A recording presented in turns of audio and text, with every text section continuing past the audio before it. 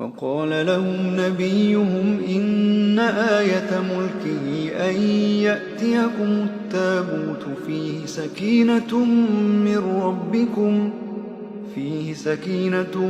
من ربكم وبقية مما ترك آل موسى وآل هارون تحمله الملائكة إن في ذلك لآية لكم إن كنتم مؤمنين.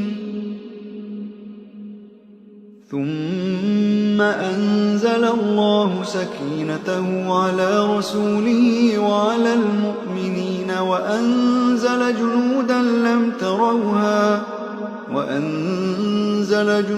لم تروها وعذب الذين كفروا وذلك جزاء الكافرين.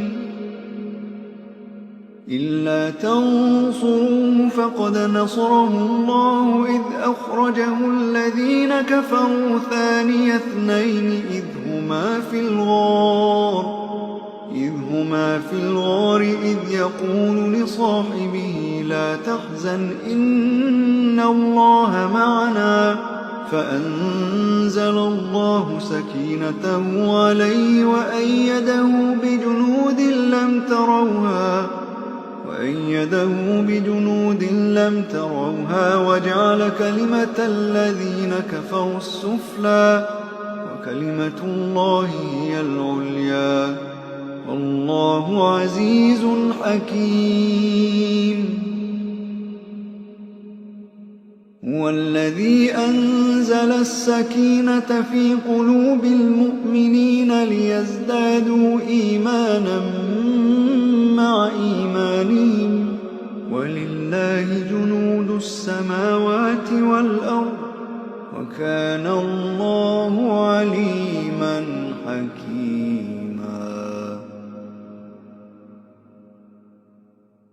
لقد رضي الله عن المؤمنين إذ يبايعونك تحت الشجرة فعلم ما في قلوبهم فأنزل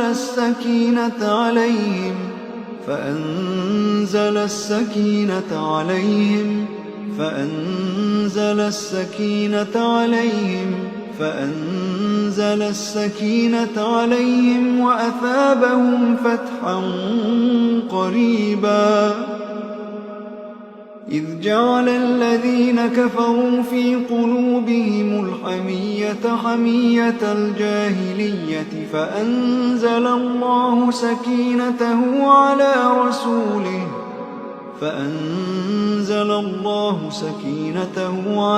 رسوله وعلى المؤمنين وألزمهم كلمة التقوى وكانوا أحق بها وأهلها وكان الله بكل شيء عليما.